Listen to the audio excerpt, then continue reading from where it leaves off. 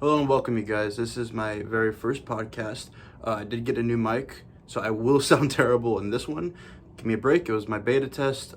Stefan was very nice to help me out, and we didn't even start off by doing this. It was just like I said, it was a beta test, and then it just kind of took off. And the audio for me is good, but for me is bad. So just remember that going into that, guys. Enjoy this talk. It was actually 2 hours long, so I split it in half. This will be a two-parter, and the second part will go up later. But guys, thanks again for watching. Enjoy me and Stefan's talk. Put on the cover. This Febreze. is a guitar. Oh, it's a guitar? It's a guitar. It's a guitar. Yeah. It's a guitar.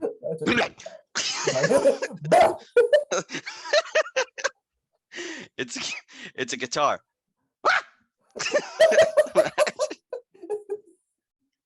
And you said that I sound echoey in your end? Not like echoey, but like kind of like it's like you're speaking to me in like an empty hallway type of thing. Like it's just like bouncing around all over the place, kind of. Hello. What the hell? Where are you? Show yourself. Like I had like in 2016 is when I wanted to start vlogging, so I was doing a beta test in 2016. Absolutely, everybody hated it. Even Colin, all of them did not like having a camera in their face. Like in the beginning, it wasn't. I had this huge want to be a vlogger. As you know, me and you have over 100 subscribers. couldn't be a star. I know, bro. But yeah, so I wanted to start vlogging, and it worked out. I was doing it. There was a week where I did it every day, and it was everyone always kept wanting to do it. Obviously, I had work. I had to take care of my family. I just couldn't do it as much, so I started going from day to day to week to month, and now it's like every 2 months, and Yeah. it makes me a little sad because I don't really have everyone here to do it with. Like Patrick spent the last 2 days at his girlfriend's student apartment, and Johnny works nights, and we're off all on Sunday just that day.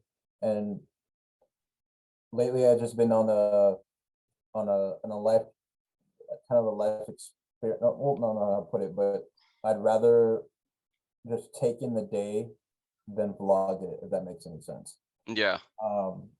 And it's good and it's great. I love just experiencing life, but I record these specifically to have the memories. Yeah. It makes me sad that I haven't really been doing them. So that's why like I start recording, I start doing Twitch with you guys on Black Ops Modern Warfare just because it's so funny and I'm not sure, like, do you ever go back and look and watch them?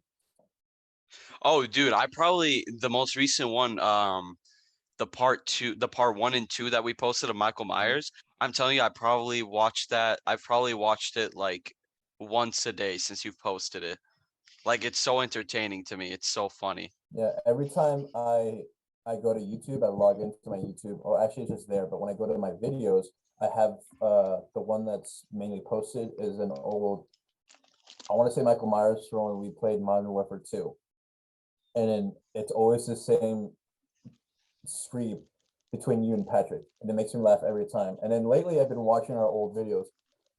Specifically, that's why I asked you guys last week if you wanted to do another zombies, because for some reason, me, you, Colin, and Patrick, whenever we play zombies, it's just super, super funny. Like we played multiple times without me recording. I've only got that one time, Huh.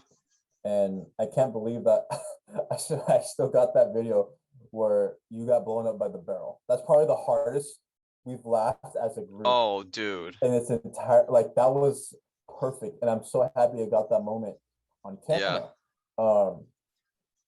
And so I was like, dude, what's a way that I can extend my want to talk with people, want to record things with people, and I thought, dude, why not a podcast? And it literally came from a dream I had that we were all sitting in a room talking about like the good old days.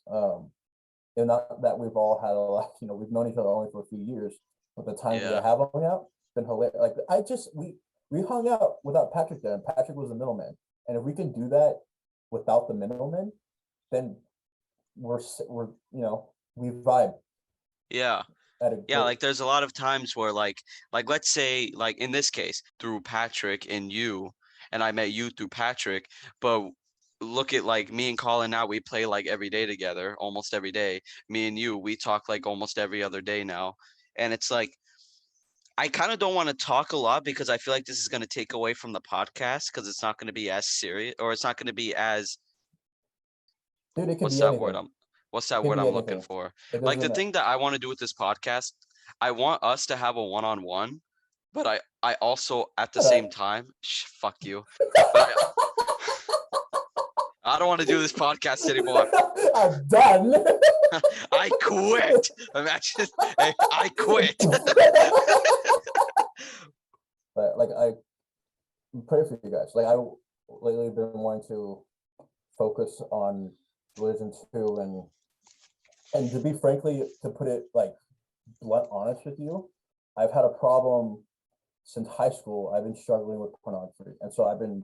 Yeah, same. It's hard. I didn't realize how hard it was. It's an actual addiction that I didn't take seriously, and um, and honestly, yeah, I told Johnny and Pat that I've stopped, and for the last week and a half, it's been like my mind has been going at that, so I've had to keep it. I've had to keep my mind Preoccupied. preoccupied. Yeah, exactly. And so that's why I've been grinding YouTube videos and asking people, and people have been like, I had a couple of friends DM me about this kind of thing, and it was a funny moment where my mom, I talked to my mom that I was going to start a podcast. She's like, oh, by the way, I have a friend who I dated in high school that I'm friends with now that loves photography and does stuff like that. And I'm like, you've known I've liked this kind of stuff for years, and you're now just mentioning this person to me? Get it together, woman. I was so mad. But yeah, I've been trying to get my mind clear. I've been trying to work on my relationship with God. Now I don't want to say anything. Like I have to say it because it's today's day. I don't want to offend like you or anyone else in the group. It can literally be a talk we have, because I have talked about like what beliefs are when we went to Newport at the beach, the lifeguard tower, and we just talked at midnight about this kind of thing. Yeah. Like I said, it can be about anything, and I know I'm talking a lot.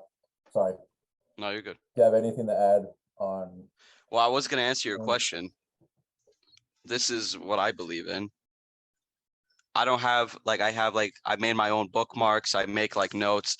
What I would okay. I'm not gonna talk because I don't want to say anything other than that because I want our podcast. The reason why I want a one-on-one is because you and I feel like we share this. What I struggle with, yeah. What I struggle with is like not even just also like what like me and you, we share the same struggles, obviously, with like pornography and stuff. But like what I struggle with very badly is social anxiety. And the way I cope with it is humor. You know, like that's why you'll see me like nonstop making jokes is if you see me like constantly like trying to make people laugh or constantly something, I'm uncomfortable some way. In some way I'm on, whether it's like who I'm around with, whether it's where I am, whether it could be anything, whether if it's just something in my mind that I'm thinking about. If it makes me uncomfortable, I use humor to cope. Like that's why I want this one-on-one, because I want us, and especially YouTube, to see a side that they haven't seen before. Yeah, I didn't know that, dude. I told Patrick, you're like the funniest dude I've ever met, and it's constant jokes, constant laughter. And I did that. It was 2017 when I was laughing. I was hanging out with this person, an old Target coworker. We're hanging out late at night, and just out of nowhere, we're having a good conversation, listening to music, vibing to good music. Out of nowhere, she was like, "Michael, I feel like you laugh to hide the pain." And that night, later when I went home, I thought about it. do I really laugh to hide the pain? Uh-huh. And yeah, I did. I don't hide it anymore. I'm honest with people now when if they bother me, and that's if I'm close friends. If they don't, if I don't really see, I guess, a true value or a friendship really going further, I kind of just stay neutral Yeah, rather than same. voicing Because my it's not opinion. worth it. Yeah, no, it's not. You don't want to. It's yeah.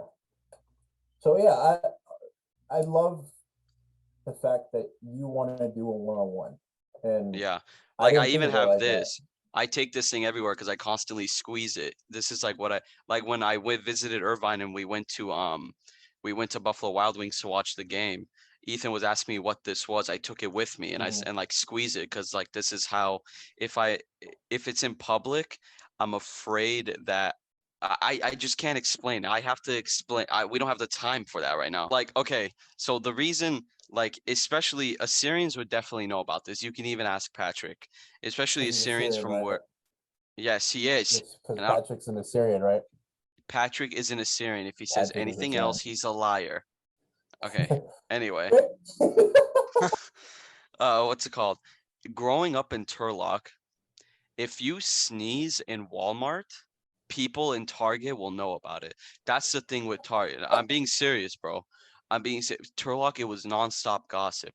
And especially with the culture that Assyrians have, for instance, putting your back to, like, let's say you're behind me. If my back is to you, that's considered extremely disrespectful. So it's just stuff like this. It's like, especially even in the churches, man. Like that's why I stopped going to like the Assyrian and Middle Eastern churches. But I love what I am. I'm a very. It's rare to be 100% Assyrian. There's always like an Armenian mixed in there, or a Yeah, Persian, or mix and match, or but in terms of a general, it's common to be 100% Assyrian. I take pride in being 100% Assyrian. Like I want an Assyrian flag. I want the Assyrian a star flag right here to mhm. start, and then the little ribbons that go across it. I want it to wrap around my arm, and then I want them all to merge and form a cross right here in those colors. Oh, that's dope. I'm going to different like tattoo shops and I'm telling them what it is. I'm telling them like I'll pay for your design and whichever one I like the most, I'll take that one. And so I'm trying to do that as well. Maybe I'll vlog that. I'm not sure, but that's where I can't be myself when I'm in front of a camera because I'm feel forced to put on Yeah, a show. You know what I see, mean? and it went from all these all these vloggers that started out on YouTube. I felt went from doing what they truly love to doing to just putting on a show, like you said. Yeah. Um, and that's why I don't really watch Face Clan anymore. It just turned into something fun. I'm glad that whole gaming the clan went, and now they're doing deals with Sports Illustrated, uh, teams wearing their symbol. They have their own store in LA. Like this, they're doing a bunch of things, but it's just not how it used to be, like at Yeah. all. And sorry, I took from your point. No. That's literally the point. Like if even when I like even you knew witness of this, even when I did have social media, I would post maybe one story every other day, Mhm. or or even when I went somewhere I would hardly post about it, or if what because I want to stay in the moment, live in the moment. But I the reason I took away from social or what I took away from social media, people are always like, oh, they're in Cancun. I don't know. They're in Cancun. Like, look how lucky they are. Blah blah blah. But maybe they didn't see the struggles of finding airplane tickets or Mhm. the struggle of working 40, 50, 60 hours a week to afford that vacation. It was all a very fake lifestyle, and I And didn't like sorry, but to go. like, and I fully agree with you on that point because they don't. What came to mind when you said that was, yeah, they like in a matter of 5 minutes they can create a trailer of going from their home to plane. That window snap that everyone Yeah. posts, Yeah. Oh um, my God. and then their adventure and then coming back home. But they don't. People don't realize the plane trip. Like Mm, people are like it takes 24 hours to get there, but on the computer you're watching it for like 20 minutes. But like, yeah. dude, and you can relate to that because you vlog. I know that because I vlog for a while. It can get annoying when you want to enjoy it. You want to make it look fun, but Hmm. it's kind of you have to balance the having fun and taking out your phone every 2 seconds or your camera and pressing record every 2 seconds. In a way, that itself is an addiction in a way. Like you can't. Okay, like yesterday, when I went to the Padres game, my first ever baseball game, it was the most fun experience I have ever had at a sporting event Mhm. professionally. Yeah. I that was my second time ever watching a professional game live, and they were like the home runs. Uh, there was a fireworks show afterward, and all I could see or what I heard from the people around me was like, "Oh, I missed that one. Did you get it? Did you record that loud firework? Did you get that big one?" And I'm Mhm. just like, "That's what you guys are worried about by capturing it? Like, live it. It's right here for you. What are you doing?" Yeah. I was, I think in my row, I was the only one not on my phone. All I did was take like a quick picture of like when all the fireworks at once blew up, and that's it. That's all I took. And I was just watching it. I was enjoying the moment because it was like it's an addiction in itself to constantly worry about recording something or Mhm. making sure, like, why are you recording it? Are you recording it for yourself or are you recording it for content? This is the difference. If you're Yeah. recording for yourself, that's fine. If you're recording so others can see what you're doing, like, come on, there's bigger things happening right now. What I used to be worried about, which I'm very disappointed in myself for falling for, which I never thought I would fall for, is the instant gratification. I always told myself it's going to take time, it's going to take effort, and I was in that mindset. But every time I posted, and this is such a real thing with everybody nowadays, which I respect you so much for deleting all your social media, even though we miss you, and uh, is posting, and if you don't get 10 likes in 10 minutes, you take it down or you I archive it, know, and like, I know nobody. 15 people like that. And that was me with posting them to YouTube.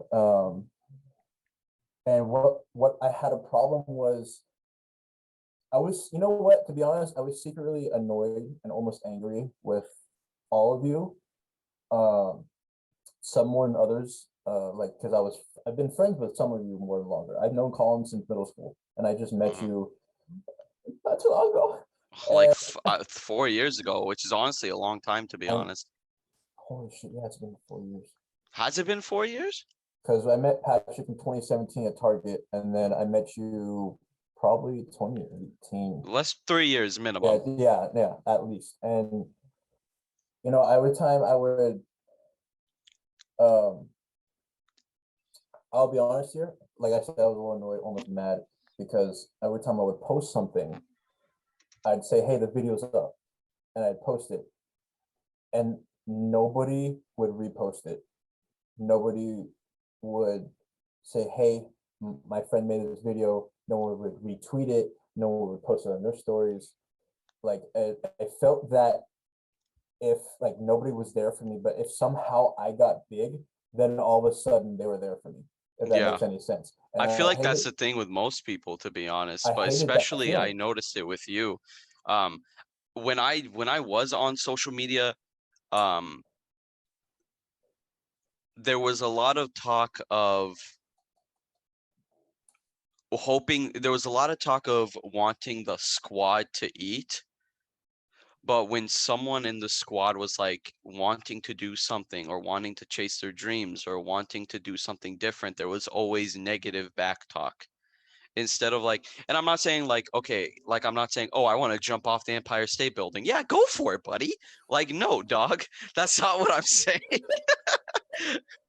That's not what I'm Well, saying, but that's it's not the like, type of encouragement I want. yeah, exactly. Oh, you encourage me in this now. Like, like no, but like when I was even me, my best friend Sino, man, like when I was doing that whole vlogging when I was in Irvine, he would like constantly downplay it and stuff. And I'm just and I was kind of upset with him. There was a point like before that tattoo video that we kind of got in an argument about it. I edited out the video because I said something and then he said I can't even remember, but he said something negative back about what I said. And then I stopped it right there. I'm like, bro, what are you doing?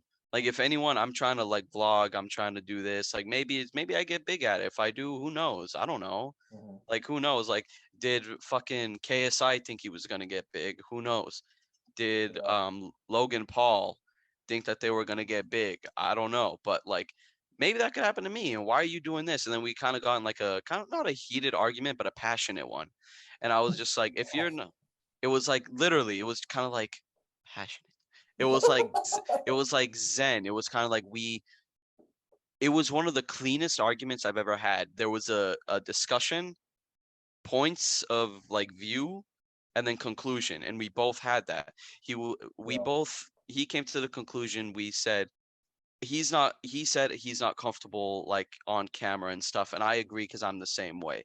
Like, as I told you, I have social anxiety, so what I Mhm. use is humor to escape that. I feel like humor, even though it would like draw more attention because I'm the one making the joke, I think of it as people are not, and even something like people are looking at that joke and laughing about it, and I feel like that would take less attention off of me.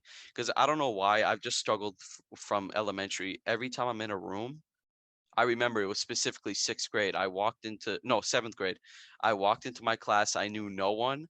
And the moment I walked in, I felt everyone was staring at me, and my heart was like about to jump out of its chest. You You know, pissed your like pants. literally, I shit my pants. Probably like I was like, I don't know. It was just seventh grade. Like, this is when things started happening. And then, so I was always the short one, the youngest one, the fattest one. I was always like I was the oddball out. So I felt like humor was what I had going with. This was what I had going with for me, was humor. So I kind of took advantage of that. And I'm not gonna say like I'm an incredibly handsome person, but I feel like puberty did me well. But I still am stuck in that mindset. I still see myself as that. Yeah, I'm short still. I'm only like 5'8" or like 5'7", but like it's just I'm Mhm. stuck in that mindset that I'm that short, fat, ugly kid growing up, you know? And Mhm.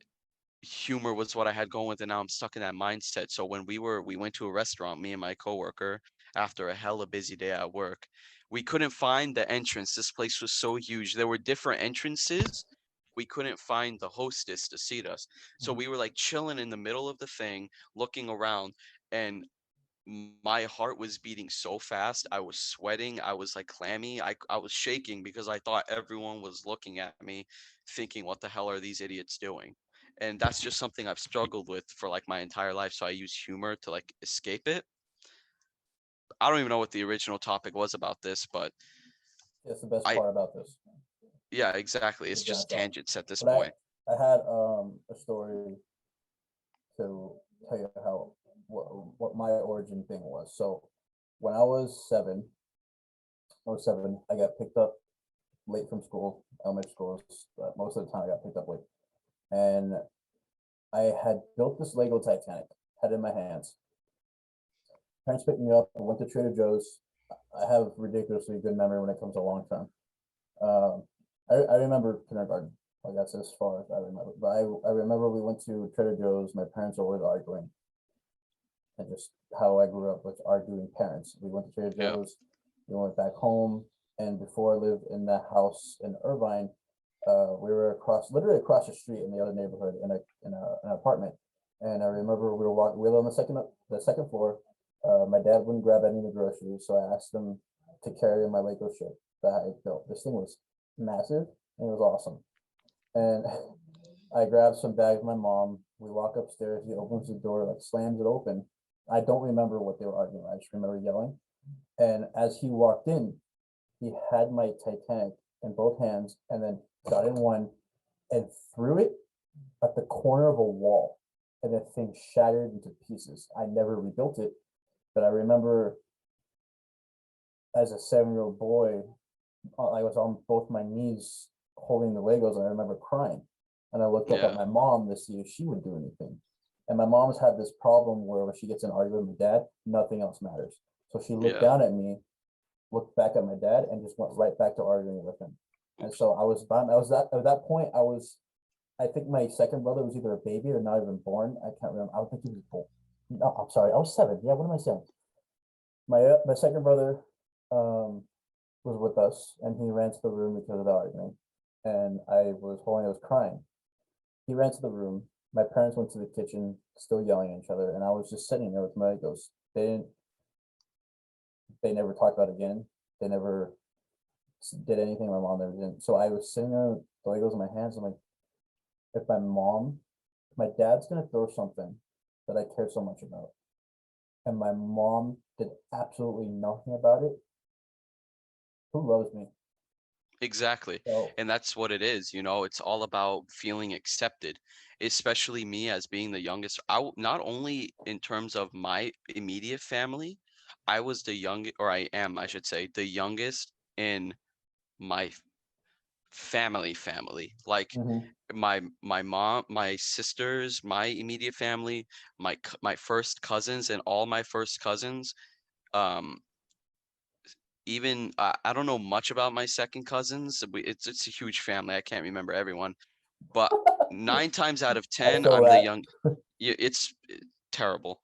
Big family. But first cousins, I'm the youngest, and that alone is like maybe 20 people. I'm the youngest, so I always and I what's it called, relate to you in this way. My parents, I remember we went to like a very famous pizza place back home. It's called Gino's.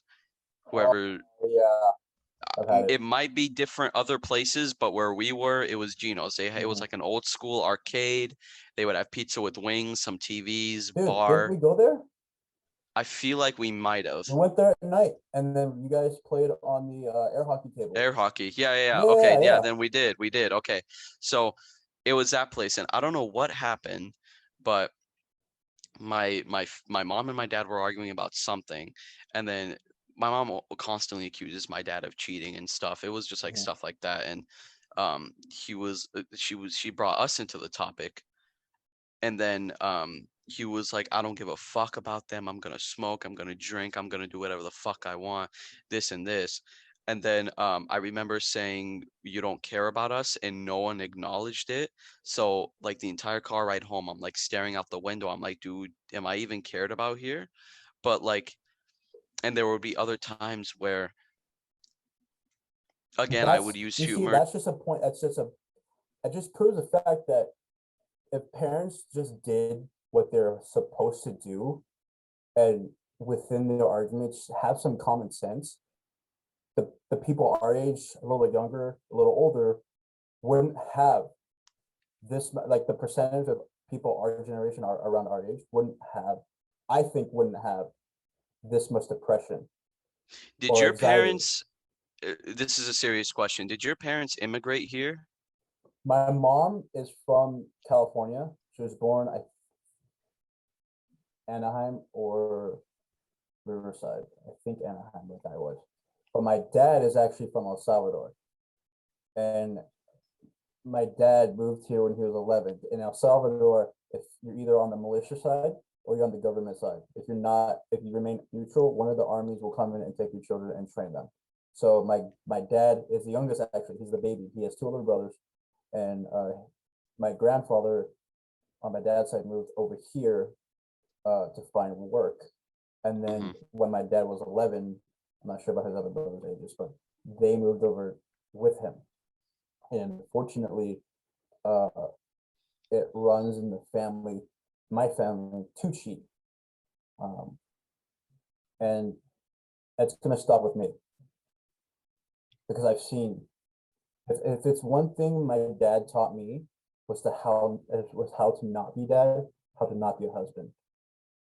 And if I do the Hmm. exact opposite of what he's done, I'll be fine. Yeah. And I, like, me, I'm laughing all the time, trying to Yeah. make jokes. My dad is not really that social. He's really quiet. He's mostly angry, is what I remember growing up. I know he has a good side. I remember some of the good moments we've had together. but most of the memories I have them has been anger and fighting. Mm-hmm. So that continue on with my story was, I never had that best friend. I never Yeah. had that one friend that wanted to stick around. I remember in first grade, I had a friend that lived below me. That was my first friend ever. That in first grade, he didn't want to play with me at school, and I always wanted that best friend. I always try to be the coolest. My parents were never rich, so I never had the clothes. Um, I've always had the personality. My mom tells me whenever she shopped with me at Gap, Baby Gap, she'd have no worries if I ran off because I was always in the front, where the window is with the mannequins posing like them Yeah. for random for the How people. weird. I would do the same thing. And I was like 3. And so she had no problem with that. So I've always had this wild personality, always wanting to make people laugh and smile. Mm-hmm. And I kind of forced that, I guess. I think I tried a little too hard, but I always wanted that best friend that I always imagined because I was that friend to everybody. But I learned that if you're that friend to everybody, you don't really get that friend because you are that friend. And it's lonely. It's really lonely. And I didn't get these that, and that's not a diss to Colin. Colin has been my friend for a while. Even with that, that 1 year break we did, we're friends again. Mm-hmm. I didn't I had I considered when I hung out with Robbie, Mexican Kevin, Ethan, all of them were one major friend. I didn't specifically get I was closer to Colin than most of them. Even though I've known Kevin since 4th grade, me and Kevin went to elementary school together and middle school, so I've known him the longest. But we were never like close, I guess. But we always hung out, which I don't know if that makes any sense to you. Mm-hmm. But I was always that friend, everyone. I was always there if anyone needed anything. Even there was a point where Ethan was at work and they were already dating. Micah was hurt, and I asked if she had Vicks. And you remember when Micah lived in Irvine? Mike, who? Micah. Oh, Micah. Yeah. So I was when I was close with her at one point. She told me her back was hurting her. Ethan was at work, so I was like, dude, I can't. Like I feel bad that Ethan can't be there for her. So I walked to Target, got Vicks, walked all the way to her house, which in itself was like 5 miles.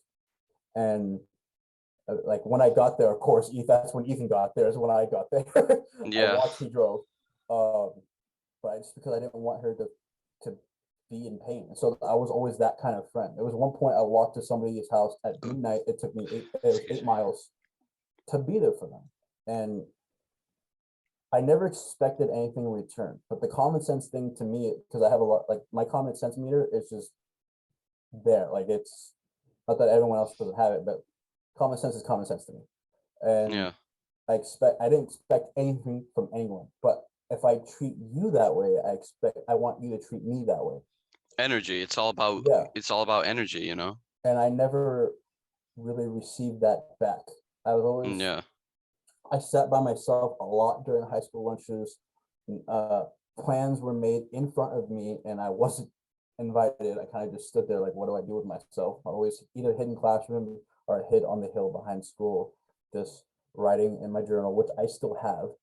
And I didn't really receive that friend until I met Patrick at Target. Mm-hmm. He wanted to hang out with me. He wanted to know how my day was. He picked me up. He'd go everywhere. Not just, and again, it's not a diss to anyone else. Like we all wanted to hang out, but Patrick was more adamant on hanging out. Like he saw value of my friendship. Again, not that no one else didn't, but it's the first time I felt like someone wants to hang out with just me.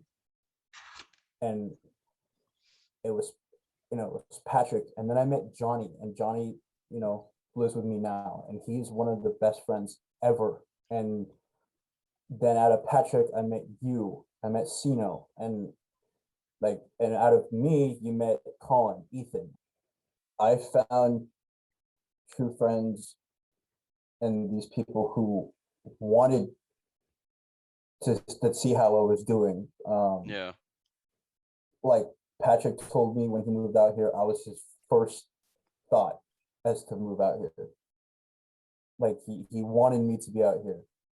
Um, and he knew what I was going through. And it was hard. It was hard because when my dad moved out, I think junior year, after high school, I couldn't go to college because I had to watch my brothers. This was my schedule for about 2.5 years to 3 years. It was wake up at 6 a.m., take my mom to work, or 7 a.m. I was fat. Time was just when you're Okay. bigger, you want to sleep in. Yeah, But true.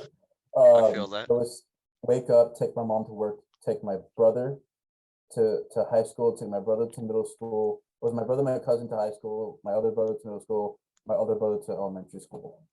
And then it was I get maybe 2 hours to myself, which I couldn't really do anything or go anywhere because it's 2 hours. And so I picked my youngest brother up at like 1:30, and then it would start I would pick up my other brother at 2 something, middle school. My brother and cousin who both went to high school at the time got out at different times for some reason. So it was like a weird 40-minute window where I either stay or I go home, go back.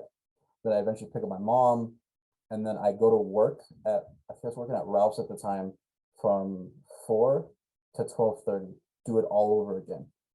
And if I had a little bit of wiggle room to hang out with people, I would. But then my mom was always like, "Hey, I need you to come pick somebody up. I need you to come pick me up. This happened with the family, so and so." And so I was always leaving, and nobody else, nobody understood that. Nobody, Hmm. because Patrick's the youngest. I don't remember where you fit in. You might be the oldest in your family. No, No, I'm the no, youngest. you're the youngest. Sorry, you said Hmm. that. Colin didn't have to watch out for his sister. Ethan has so many siblings. He was always doing his own thing. Nobody had to take care of the family. Maybe Robbie, but me and Robbie weren't friends for a while there. Um, but no one understood. No one Yeah. understood, and it was hard when I have to do stuff. They asked me, I didn't want to tell them what the reason was because they wouldn't get it. They wouldn't understand. Yeah. Maybe they could, but they would never have. I'm not sure if empathy or sympathy, which I don't I really would want. feel I feel like it's kind of like both. Yeah, again, because this is the thing. If you say, "Oh, I'm busy," people will be like, "Oh, everyone's busy. If you make time for people you care about, blah blah blah." If you tell them what you were going through, like what you were doing, they wouldn't understand. So they would be like, "Oh, the standard. Oh, I'm sorry. If you need anything, let me know." And then they would Mhm. probably never hit you up again. So people wouldn't understand. People, they lack empathy. All they hear is, "Oh, I can't." All they hear is, "Oh, sorry, I'm busy," but they don't know the reason why. I feel like I feel like with what it's unfortunate that you can do a million good things, but people will kind of always remember the bad, because in the end it's all about expectation. People just want to love and be loved, here, especially on this planet, this fucked up planet that we live in. But the reason why I wanted to go back onto a former point, the reason why I asked if your parents immigrated here, I see it a lot, and I'm not downplaying anyone whose parents didn't immigrate here, but immigrants especially have it a little bit worse because not only do they, like my parents, for instance, they left from Iran to Germany, had my middle sister there, and then my parents moved here, didn't know the language, didn't have a job. They had 2 kids. They were themselves kids. My Mhm. dad moved here when he was like, or my mom was, I believe she was maybe 25, 26. My dad was probably like 33, 34, around that area. Um it could be very traumatic. Like, you don't know if you're going to be living on the streets. You don't know how you're going to get food on the table. You don't know how you're going to, they had to learn a new language. They had to learn completely different life skills, social skills, cultural skills. They were by themselves. They had no one. And then I popped out. Now they have another mouth to feed. And then You they came have out of the another, womb like, hello. yeah, like, I'm here to make your lives all better. You know, like, that's just what it was, like, they had me to worry about now. I'm my dad's son. I'm his only son. I'm my dad's brother's only nephew. I'm the youngest in both my parents' sides, so I'm kind of like the pride and joy, kind of. The I don't thing, like to toot my own horn, but because this is why I say that. Okay, not that my parents were bad parents. My parents were very good providers. I mm, never, thankfully, I like when it came to like food and stuff, I was always fed. I pray for those people that aren't as fortunate as I was. Granted, I did take a couple of bad pats down the way. Everyone does. It's a live and learn experience out here. mm. And but they weren't very good parents. I still to this day, I never had that birds and the bees talk that most people have. Yeah, me I neither. Me neither. Never had I it. I honestly think that might be a TV thing because I've never received that talk. And that's the thing with TV as well. They give such a false idea on life, Mhm. especially Disney. Like, they train little kids from a young, especially women, girls from a young age, that their Prince Charming is gonna come save them. That like, men suck. Yeah, dude, All they no. want is vag, and they constantly just put this idea that, oh, if you love someone, they're going to sacrifice everything and everyone and all things for you. Yeah. And it's like Uh, such a fake thing on TV nowadays, man. we Nowadays, man. last week, me, Patrick, Louis, and Johnny, we all watched. No, was it last week? 2 weeks ago, just recently. We watched Raya and the Last Dragon. Have you seen it? Is that the newish one that came Yeah, out? yeah, I on haven't Disney Plus. seen it, but I've seen trailers and stuff. Yeah, so it's about a girl trying to get her father back, and I told her at the very end of the movie, they're all like, "She did a movie," and I was like sitting there, and they're like, "What?" I'm like, "Dude, Disney's done a great job from going from a Prince Charming to these women being their own badass characters, Yeah. and it's the coolest thing, you know. It's a great thing that they teach young women that they can be empowered, they can empower themselves, and they can be something, Yeah, rather Disney than was just being a always guy like it for was them always all like the time. damsel in distresses type of thing. It was always like Mhm. Sleeping Beauty. She's just sleeping away and she's gonna get woken up by a kiss by some dude. Or I think the only one that could really maybe think about, even that was kind of like a Prince Charming thing, like maybe Cinderella. She was Mhm. being treated very poorly, and I can't really remember Cinderella, so forgive me if I get some stuff wrong. But she was abused basically by her stepsisters or sisters or whatever they are, and her mom or her aunt or whatever the fuck she is, just to lose her slipper. Which, a, why did the slipper fall out if it's a perfect fit? I will never understand. But she, but Disney mess ups. you get the point here. Yeah. Like, it's there was you will be saved type of thing. Like, there was always that message of you will be saved, especially when it came with girls. They imprinted that, oh, you will be saved mindset. But now I'm very glad. Like, if I have a little girl, I'm straight up going to train her how to shoot. I'm gonna put her into MMA classes, fighting classes, Mhm. self-defense classes. I'm gonna make when my sisters moved here, every night I couldn't sleep because I was worried I was gonna get a call that they got beaten up or they got raped or they got Mhm. something. I couldn't sleep at night. I was worried, because now I'm 7 hours away. If I want to kick ass, they're gonna have to wait till the next day. Then I'm gonna kick their ass. When I want to do it Yeah. now, like, not there like my sisters, like there whoever hurt my Uh, sisters is what I meant. Like, it's I can't, but like now they're doing a very good job of empowering women, which is great. But more to the point, what I was trying to say was like there needs to be an emphasis on therapy for immigrants here. because it's a very traumatic experience moving from somewhere to another place. The reason I say that is, at least for Middle Easterns more, I'm not going to say Mexicans have it easier or like Latin people have it easier, because there's always something for that culture here. Like let's say you want to call your TV provider. You can just press number 2 and you get a Spanish speaking operator. But for Mhm. my parents, they didn't have that, so they had to like kind of duck and weave and scuba da bop and like all this stuff Mhm. around things, trying to figure out what's what, where's where, who's who, especially back then where Middle Easterns weren't very poppin' as they are now, because now it's a lot easier, I would say, to leave the country. Um, Pre-COVID.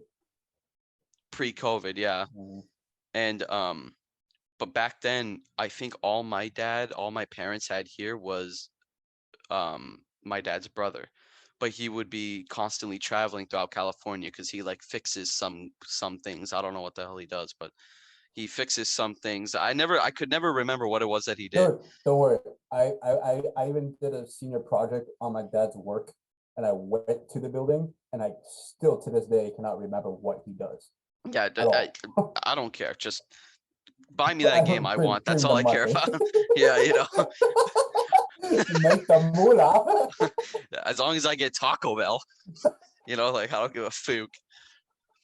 But but it would be kind of like, I don't know, he would be working like 45, 50, 60, 70, sometimes even 80 hours a week. So he would barely have time to help them. So they had to kind of like learn it on their own. So I'm grateful that I'm here, but it's immigrants in the United States.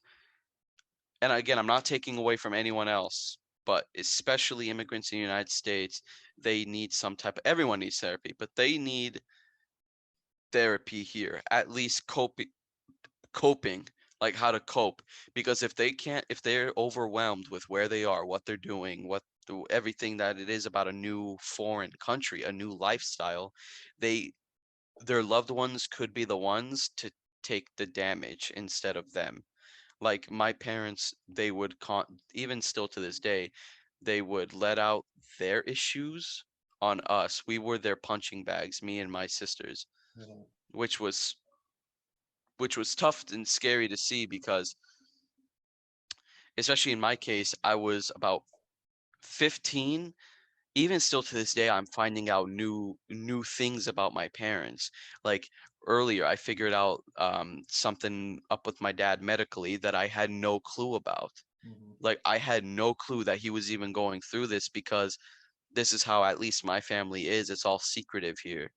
Yeah, And dude, my mom, I asked her, like, do you have any stories like you haven't told me? She goes, not really. And then a couple months ago, I found out that my mom, she's like, have you ever been to Bob Marley Day? the hell? My conservative Christian mother has been to Bob Marley Day.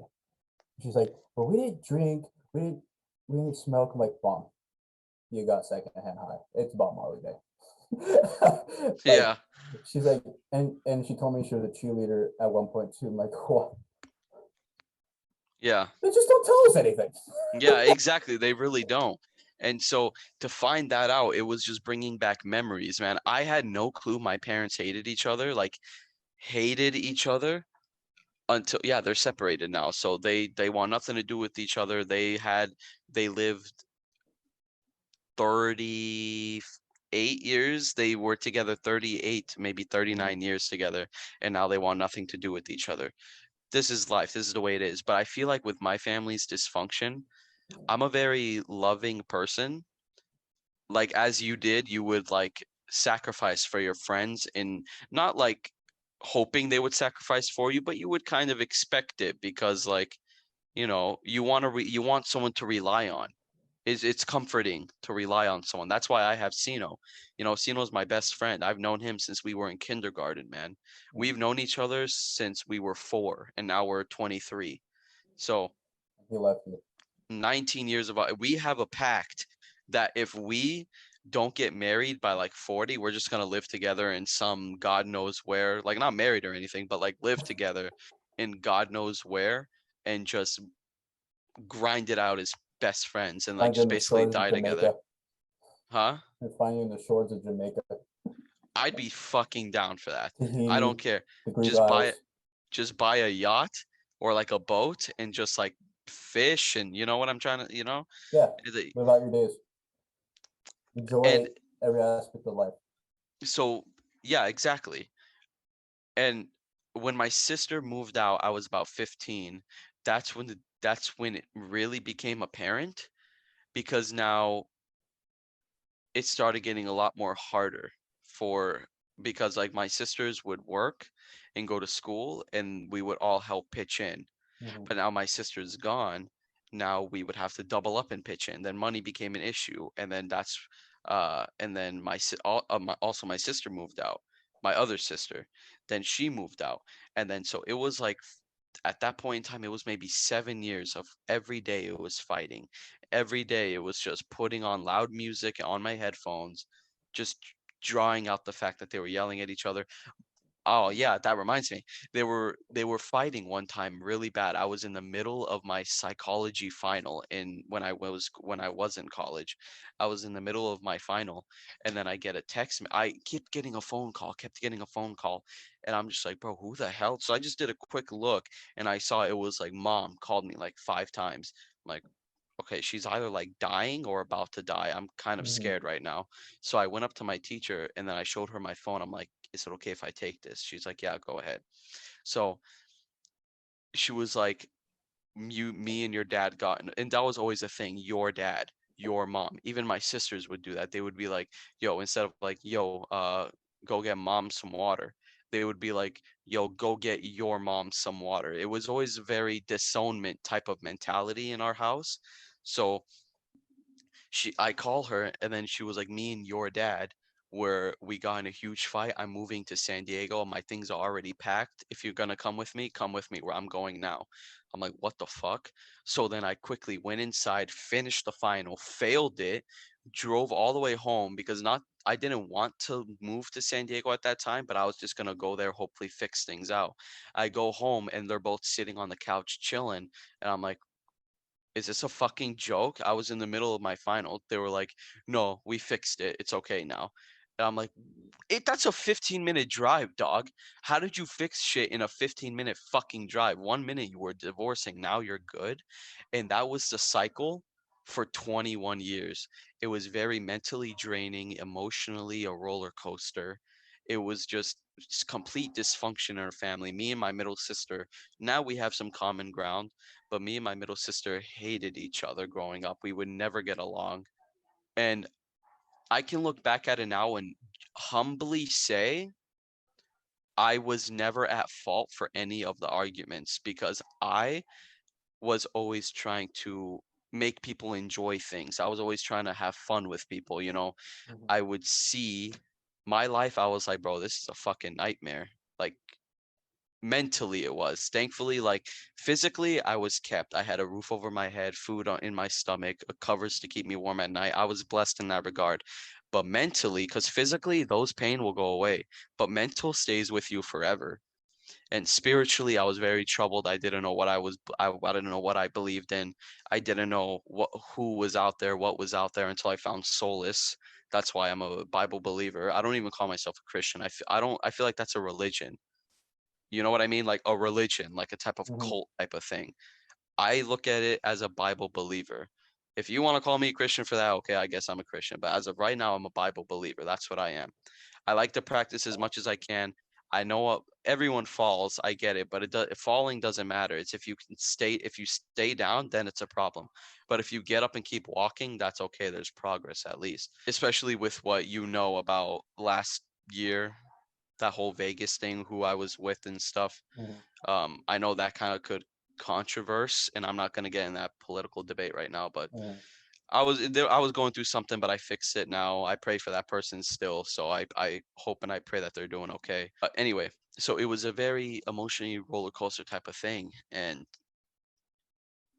I couldn't really live because I was constantly I had a control. I had an old school ass parents. What's that word? Um, You called your mom this. Conservative. Conservative, yeah. I was gonna say converse for some reason, but conservative, old school ass Christian parents who it would be like they would say damn on television and they would like and if I like repeated it, I would get slapped. I remember one time I came home from first grade and I got like a note that I was talking too much in class. My dad grabbed the belt and whipped my quads for like 10 minutes. I remember it was like painful. I remember Mhm. crying, but I never came home again in trouble. I don't even think I ever got detention for it of ever again. But like the point is they were dealing with their own trauma. I look back at it now, their trauma from moving to a remote ass country. I don't even know if they even have running water still in Edon. I don't even fucking know what the hell they got over there. Mhm. But now they're here and now we have the freedom to do whatever they want, but they're still enslaved to their mind. They're Their free ways. here, but they're still slaves to how they think Mhm. because of the shit they've seen. My dad had bombs blow up in his face because of the war. Mhm. My mom, a building collapsed in on my parents. Like they've seen some shit. I don't blame them, but that's why I enforce therapy onto immigrant parents, especially from the Middle East, because of what they've seen. Yeah. You know, I don't even remember what the fuck the original topic was, Yeah, me neither. but but like me and you share very common things that we when you did were you the one did you always feel like you were the one to liven things up at a party or try to Yes, make people together, you know? yes. This I would purposely be the first one drunk because everyone gets there, it's awkward, even if it's people who don't know other people. And when I'm drunk and I'm stupid and I did that, people always say I'm a lightweight. I'm not. I'm physically not. And yeah, so same. I would drink, and then I would drink fast and more so that I would get to that point first. Because when somebody's acting dumb, that feeling of awkwardness goes away, or A little bit it more. goes It down more. helps it. Yeah, and it helps, and people then start getting into it. Um, and I'm not going to say I was always the life of the party, but I was always that one walking around to everybody. Always had a drink in my hand. Yeah. And I would like to say I didn't do any of this till after high school. And that's going along with your point of my parents are, huh? Uh, my parents implemented in me, like I said, common sense. If I were to do something good under their word, I would be scared. So I always went home on time. I always left school Mhm. right when it was done. I always got home when I could. I never went Dude, to, until I was 18, I had a 9:30 o'clock bedtime. yeah, Like that's how strict my parents were. I didn't sneak out No, same. until after high school. But no, wait.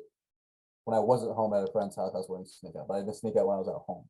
But I was so scared of my parents of getting in trouble. Not that they were like physically abusive.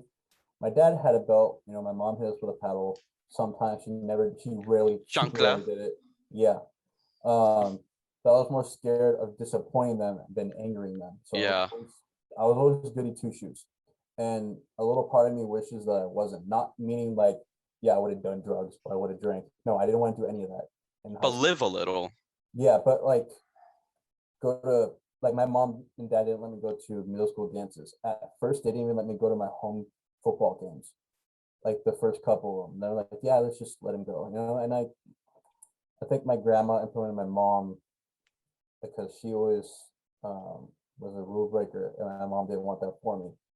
And partly why I did learn Spanish. My You don't know parents, Spanish? no, no, you didn't Oh, know what that. the hell? My I didn't know parents, that, no, no, no. no, okay. So my dad's from El Salvador, which is the Central America. We're all Spanishes, and my mom Yeah. was born here, but she learned Spanish growing up because that's what my grandma spoke at the house. Uh, my parents didn't want me to teach Spanish. Remember that Irvine is the safest, if not one of the safest cities in the United States. All right. But we're surrounded by LA, Santa Ana, Long Beach, all that. So I kind of get now what my mom means, but she didn't want me to learn Spanish because for a couple of reasons. She didn't want me to get a Spanish accent, like the ghetto Oh accent, my which God. doesn't make any sense. My mom didn't want me to join a gang. She thought I'd join a gang in Irvine. And then the third reason was if I learned a little bit of Spanish, just a little bit of Spanish, and if she allowed my grandma to take me to Mexico when I was little with my cousin, then that means my dad and my grandma, who's now passed on my dad's side, would get to take me to El Salvador, and my mom didn't want that. So I didn't learn Spanish for a lot of reasons. I took Spanish class and I got a B in it. That counts. Yeah, that counts for something. I don't remember a lick of it. But that's why I don't know Spanish. And so my parents really wanted to keep me safe, and I didn't want to disappoint them. So I didn't live as much as I wanted to. That's partly why I moved out here.